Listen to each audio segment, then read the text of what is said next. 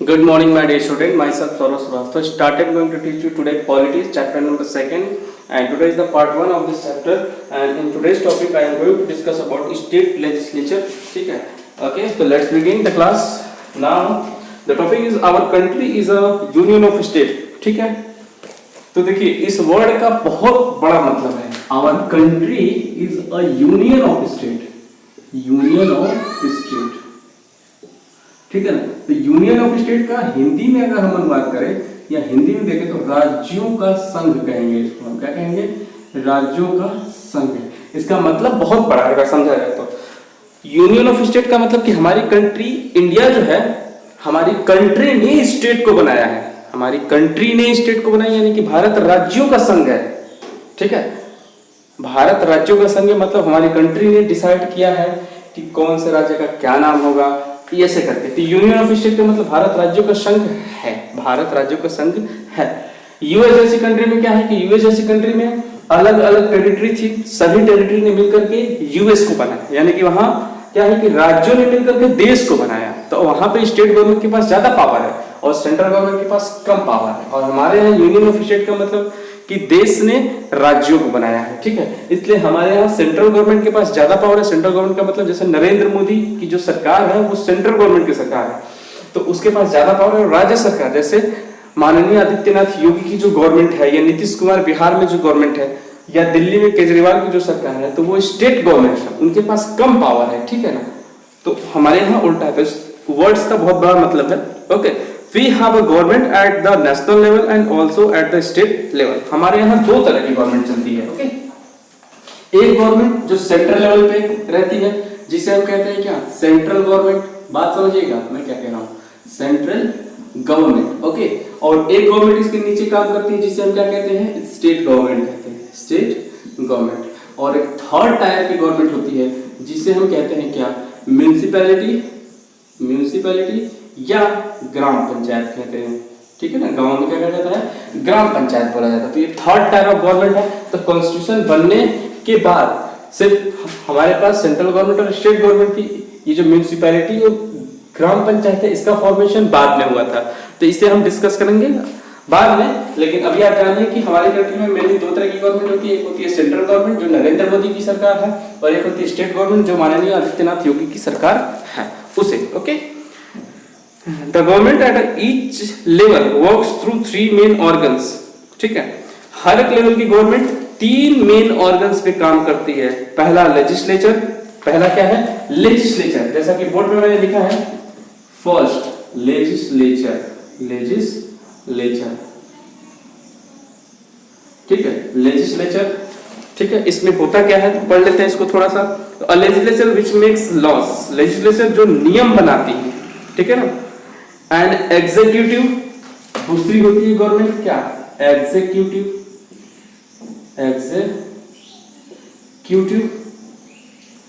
Executive. Okay, which gives effect the laws जो नियम को लागू करवाती है.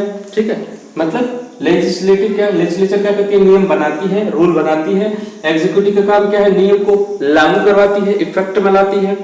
And the judiciary. Judiciary third क्या है? जुडिशरी. इन तीनों को याद रखिएगा.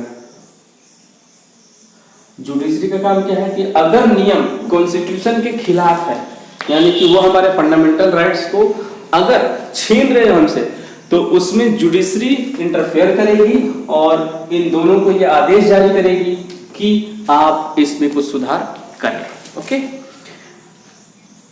इन India there is one united judiciary for the whole country. India में एक यूनाइटेड जुडिशरी है जिसे हम सुप्रीम कोर्ट ऑफ इंडिया कहते हैं. ठीक है, सुप्रीम कोर्ट ऑफ इंडिया कहते हैं. But there are separate legislative. अब आप हमें बताएंगे ग्रुप्स में जब ये वीडियो पोस्ट किया जाएगा तो उस समय आप हमें बताएंगे कि who is the chief justice of India. Chief justice of India supreme court का जज होता है. ठीक है ना. ठीक, तो आप हमें वीडियो के साथ ग्रुप में आप हमें बताएंगे कि इस समय चीफ जस्टिस ऑफ इंडिया कौन है. मैं वीडियो में नहीं बता रहा हूं आपको. ठीक है, आप हमें ग्रुप में बताएंगे. But there are separate legislative. लेकिन हर एक स्टेट के लिए एक सेपरेट लेजिस्लेटिव भी बनाई गई है जिसकी एक एग्जीक्यूटिव ब्रांच होती है सेंट्रल लेवल पे, एंड द स्टेट लेवल पे भी इसकी एक ब्रांच होती है. अब देखिए स्टेट लेजिस्लेचर क्या होता है, तो every Indian state has its own legislature, हर एक इंडियन स्टेट की अपनी स्टेट लेजिस्लेचर है, जिसके बारे में हम आज डिस्कस करने वाले हैं। Okay, A state legislature usually consists of the governor of the state and one house of the legislature called the Vidhan Sabha, Legislative Assembly. Legislature usually state में एक गवर्नर को अपॉइंट करता है, किसको? गवर्नर को। गवर्नर, सर स्पेलिंग गलत हो गई है, गवर्नर GOVERNOR, ठीक है, GOVERNOR, गवर्नर को, और दूसरा विधानसभा जिसे हम लेजिस्लेटिव असेंबली कहते हैं, ठीक है ना, विधानसभा जिसे हम लेजिस्लेटिव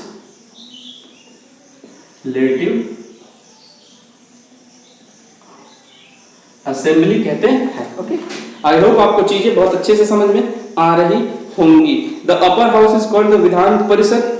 अब किसी किसी स्टेट में दो तरह के हाउस होते हैं, तो अपर हाउस को हम लोग विधान परिषद कहते हैं, लेजिस्लेटिव काउंसिल, और लोअर हाउस को हम लोग विधानसभा कहते हैं, ठीक है। ये किसी किसी स्टेट में होता है जिसकी पॉपुलेशन बहुत ज्यादा है वहां पे, जैसे हमारी यूपी में विधान सभा भी है और विधान परिषद भी है। Okay, the legislature is said to be the unicameral, okay, if it has one house and bicameral if it has two house। अगर किसी भी स्टेट में एक हाउस है तो उसे यूनिकैमरल बोलेंगे, और अगर दो हाउस है तो उसे बाइकैमरल बोला जाएगा। ओके, तो आई होप आपको टॉपिक बहुत अच्छे से समझ में आ रहा होगा। कोई भी डाउट होगा तो ग्रुप में आप टैग करके हमें भेजेंगे, मैं आपको उस टॉपिक को ग्रुप में एक्सप्लेन करके बताऊंगा। The legislature of the Andhra Pradesh, Telangana, Bihar, Jammu and Kashmir, Maharashtra, Karnataka, Uttar Pradesh are bicameral, ठीक है ना। तो लेजिस्लेचर जिसमें कि आंध्र प्रदेश, तेलंगाना, बिहार, जम्मू कश्मीर को निकाल दीजिए, आर्टिकल 370 के बाद जम्मू कश्मीर में सिंगल विधानसभा हो गई है, ठीक है ना। बाकी उत्तर प्रदेश, कर्नाटका, महाराष्ट्र, इन सब स्टेट्स में बाइकैमरल। बाइकैमरल का मतलब दो दो हाउस है, एक अपर हाउस और एक lower house. All the other state legislature are unicameral. बाकी सारे जितने भी स्टेट बचते हैं सब में यूनिकैमरल है, यानी कि एक सिंगल हाउस से काम चलाया जाता है। विधानसभा क्या होती है, तो विधानसभा क्या होती है, विधानसभा क्या होती है, चलिए विधानसभा के बारे में हम लोग डिस्कस करने की कोशिश करते हैं। तो देखिए कंपोजिशंस, द विधानसभा और लेजिस्लेटिव असेंबली। विधानसभा को लेजिस्लेटिव असेंबली भी बोला जाता है। फिर से मैं रिपीट कर रहा हूं, Vidhan Sabha is also called legislative assembly of a state can have at the most 500 member, ठीक है। किसी भी स्टेट में विधानसभा जिसे लेजिस्लेटिव असेंबली भी कहा जाता है, उसके मेंबर 500 यानी कि 500 से ज्यादा नहीं हो सकते। The member are called MLA.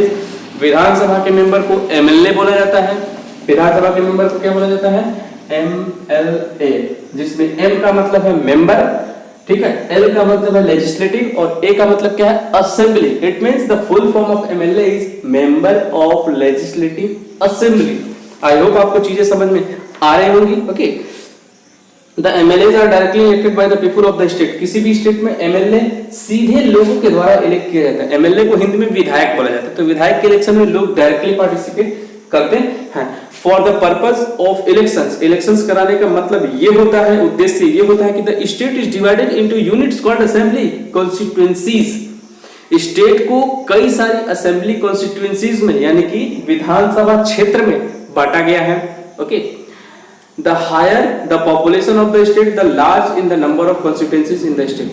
State जितना बड़ा होगा, प्रदेश जितना बड़ा होगा, वहां पे उतनी ही ज्यादा constituencies, assemblies होंगी। The higher the population of the state, the larger is the number of constituencies in the state. Each constituency elect one representative और हर एक constituency में एक member को elect किया जाता है। So while Uttar Pradesh populous state, Uttar Pradesh जिसकी जनसंख्या बहुत ज्यादा है, has 404 numbers in the assembly। ठीक है, हमारे यहाँ विधानसभा की जो सीटें हैं वो 404 है। याद रखिएगा, उत्तर प्रदेश में विधानसभा की सीटें कितनी हैं, 404।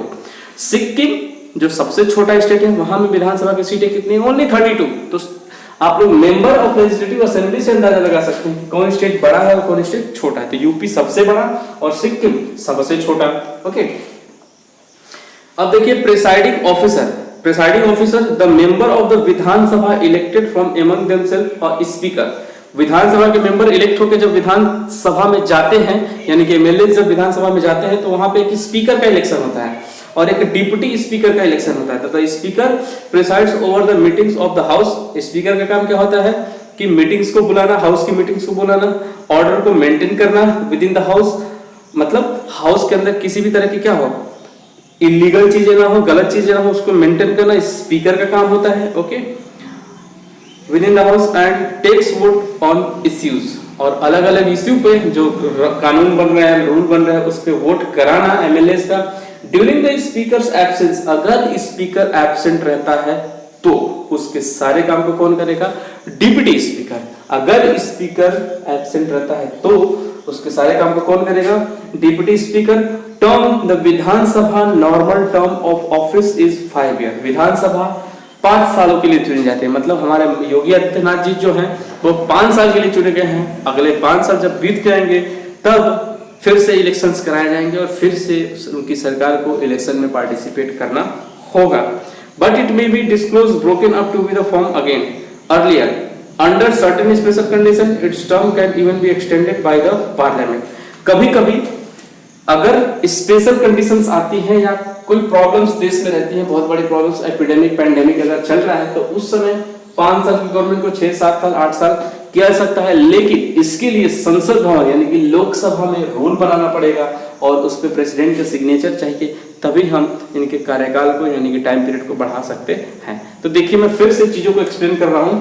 प्रिसाइडिंग ऑफिसर का मतलब होता है कि जब एमएलए जो लोगों के द्वारा चुने जाते हैं, चुन करके जब वो विधानसभा में पहुंचते हैं, तब उस विधानसभा को चलाने के लिए एक स्पीकर और एक डिप्टी स्पीकर की जरूरत होती है। स्पीकर का काम क्या होता है, स्पीकर का काम होता है कि हाउस के रूल रेगुलेशन को मेंटेन करना, हाउस में क्या चीजें सही हो रही हैं, क्या चीजें गलत हो रही हैं, उसको देखना, अलग अलग इश्यूज पे जो रूल रेगुलेशन बन रहे हैं उस रूल रेगुलेशन में अगर कोई खामी है तो उसमें इंटरफेयर करना, साथ में विधानसभा के लॉ एंड ऑर्डर को मेंटेन करना भी स्पीकर का ही काम होता है। तो एक स्पीकर और एक डिप्टी स्पीकर इलेक्ट किए जाते हैं। ओके, बात समझ में आ रही है? ठीक है।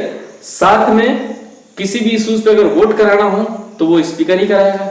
इफ स्पीकर इज एब्सेंट, अगर स्पीकर एब्सेंट रहता है तो उनके सारे काम को कौन संभालेगा, डिप्टी स्पीकर संभालेगा।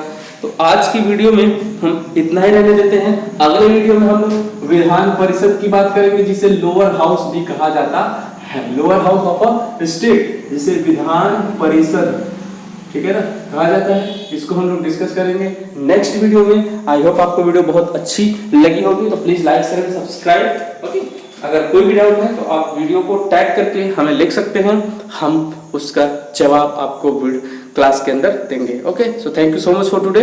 ओके।